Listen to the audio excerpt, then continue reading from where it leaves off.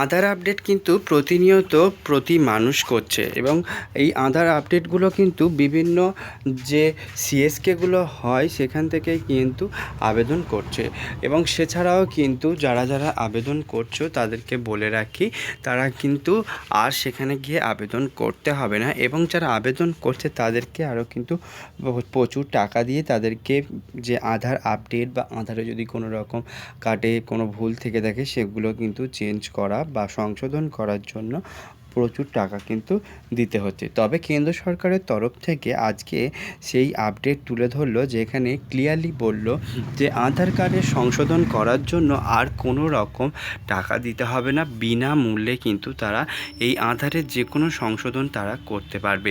তবে কি এমন কথা বলল এবং কবে থেকে শুরু হয়েছে, কতদিন পর্যন্ত চলবে, সেই সমস্ত আপডেট কিন্তু এই ভিডিওর মাধ্যমে তোমাদের সাথে শেয়ার করব।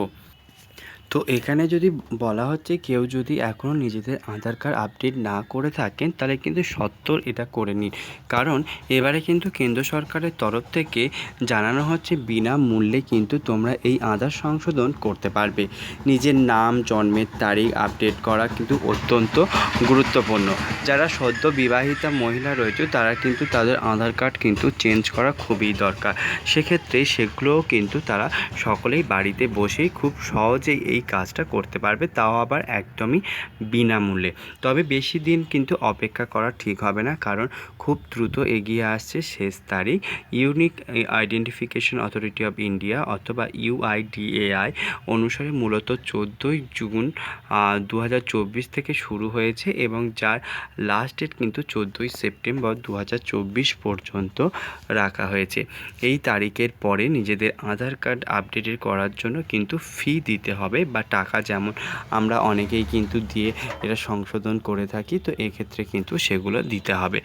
আধার বায়োমেট্রিক ডেমোগ্রাফি ডেটার উপর ভিত্তি করে 12 সংখ্যার অন্যান্য শনাক্তকরণ নাম্বার কিন্তু আমাদের সবাই দরকার, যা ওটিপি প্রমাণীকরণের প্রয়োজনীয় বিভিন্ন পরিষেবার জন্য অত্যন্ত গুরুত্বপূর্ণ।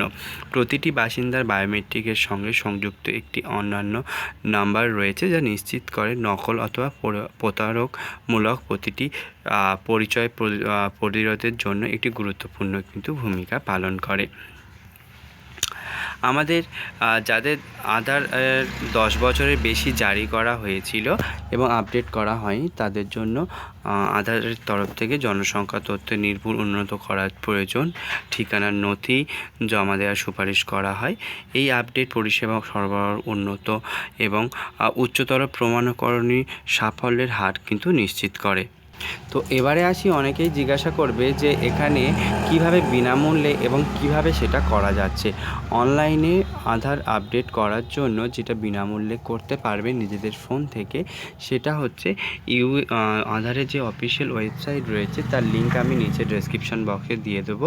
সেখানে গিয়ে মাই আধারের ওপর ক্লিক করে আপডেট ইউর আধার কার্ডের ওপরে মারলে সেখান থেকে কিন্তু মোবাইল নাম্বারে একটি ওটিপি যাবে এবং ওটিপি দিয়েই কিন্তু তারপরে যার যেটা ভুল সংশোধন করা সে সেখান থেকে কিন্তু করতে পারবে।